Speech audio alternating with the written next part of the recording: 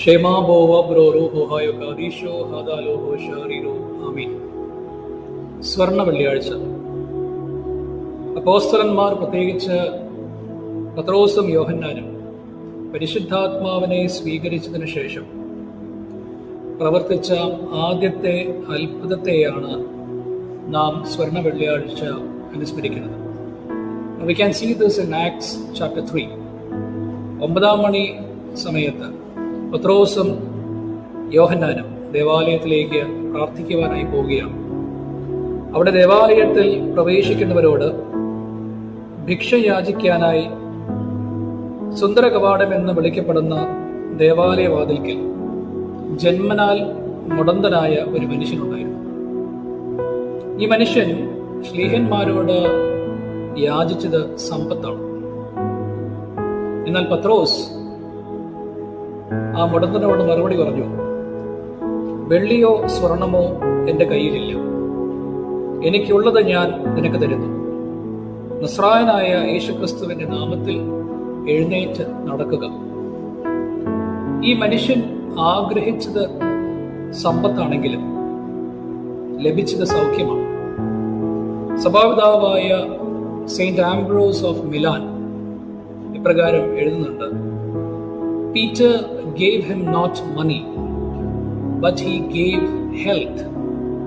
How much better it is to have health without money than money without health. ആരോഗ്യമില്ലാതെ സമ്പത്തുള്ളതിനേക്കാൾ എത്രയോ മെച്ചമാണ് സമ്പത്തില്ലാതെ ആരോഗ്യം ഉണ്ടാകുന്നത്. സൗഖ്യമാണ് സമ്പത്തിനേക്കാൾ ശ്രേഷ്ഠം. So basically, the crippled man was granted not what he wanted, rather what he needed. നമ്മുടെ പ്രാർത്ഥനകളും ഇപ്രകാരമാണ്. നമ്മൾ പ്രാർത്ഥിക്കുന്നത് നമ്മുടെ ആഗ്രഹങ്ങളാണ്, എങ്കിലും ദൈവം നമുക്ക് നൽകുന്നത് നമ്മുടെ ആവശ്യങ്ങളാണ്. രണ്ടാമതായി, പരിശുദ്ധാത്മാവിനെ പ്രാപിക്കാത്തിടത്തോളം നമ്മൾ അജ്ഞരാണ്. The apostles walked with Christ and were taught by Christ, but they never understood Christ nor his teachings fully until they received the Holy Spirit. പരിശുദ്ധാത്മാവ് പ്രാപിക്കാതെ നാം എത്ര ഭൗതികമായി പഠിച്ചാലും നമുക്ക് ദൈവത്തെയോ ദൈവരാജ്യത്തിന്റെ മർമ്മങ്ങളെയോ മനസ്സിലാക്കുവാൻ സാധ്യമല്ല. അതുകൊണ്ടാണ് സഭാപിതാവായ സെയിന്റ് ബേസിൽ ദ ഗ്രേറ്റ് പ്രകാരം എഴുതുന്നു: Faith is superior to rational methodologies when it comes to drawing the soul to assent. It is not the logical necessity of deductive proofs that engenders faith, but the activity of the Spirit. വിശ്വാസം ആത്മാവിന്റെ പ്രവർത്തനമാണ് എന്നാണ് സഭാപിതാവായ Saint ബേസിൽ പറയുന്നത്. 1 യോഹന്നാൻ 2-ാം തിരുവചനം: ക്രിസ്തുവിൽ നിന്ന് നിങ്ങൾ സ്വീകരിച്ച അഭിഷേകം നിങ്ങളിൽ നിലനിൽക്കുന്നു, അതിനാൽ മറ്റാരും നിങ്ങളെ പഠിപ്പിക്കേണ്ടതില്ല. അവന്റെ അഭിഷേകം എല്ലാ കാര്യങ്ങളെയും കുറിച്ചും നിങ്ങളെ പഠിപ്പിക്കും. അത് സത്യമാണ്, വ്യാജമല്ല.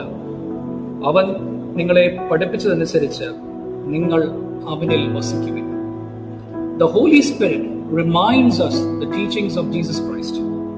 ക്രിസ്തുവിന്റെ പഠിപ്പിക്കലുകളെ പരിശുദ്ധാത്മാവ് നമ്മെ ഓർമ്മിപ്പിക്കുന്നു. ഇത് ക്രിസ്തു തന്നെ പറഞ്ഞ കാര്യമാണ്. യോഹന്നാന്റെ സുവിശേഷം 14-ാം ക്രിസ്തു പ്രകാരം പറയുന്നു: എന്നാൽ എന്റെ നാമത്തിൽ പിതാവ് അയക്കുന്ന സഹായകനായ പരിശുദ്ധാത്മാവ് എല്ലാ കാര്യങ്ങളും നിങ്ങളെ പഠിപ്പിക്കുകയും ഞാൻ നിങ്ങളോട് പറഞ്ഞിട്ടുള്ളതെല്ലാം നിങ്ങളെ ഓർമ്മിപ്പിക്കുകയും ചെയ്യും. So Spirit mediates our memory. അതുകൊണ്ടാണ് വിശുദ്ധ മാമോദീസായിലൂടെ നാം പ്രാപിച്ച പരിശുദ്ധാത്മാവിനെ നമ്മിൽ നിന്ന് എടുക്കരുതേ എന്ന് നാം പ്രാർത്ഥിക്കുന്നത്. And this is also the first benediction given by a priest in the Holy Purim. പിതാവാം ദൈവത്തിന്റെ സ്നേഹവും ഏകജാതനായ പുത്രന്റെ കൃപയും പരിശുദ്ധ റൂഹായുടെ സംബന്ധവും സഹവാസവും നിങ്ങളെല്ലാവരുടെയും കൂടെ എന്നേക്കും ഉണ്ടായിരിക്കട്ടെ. Shautofoso magnonoso roho kadisho. The indwelling and fellowship of the Holy Spirit be with you always. കാരണം പരിശുദ്ധാത്മാവാണ് നമ്മെ വിശ്വാസത്തിലും ജ്ഞാനത്തിലും പൂർണ്ണമാക്കുന്നത്. കേട്ട വചനങ്ങൾ നിങ്ങളുടെ കാലുകൾക്ക് പ്രകാശമായിരിക്കട്ടെ എന്ന് പ്രാർത്ഥിക്കുന്നു. ദൈവം നിങ്ങളെ അനുഗ്രഹിക്കും.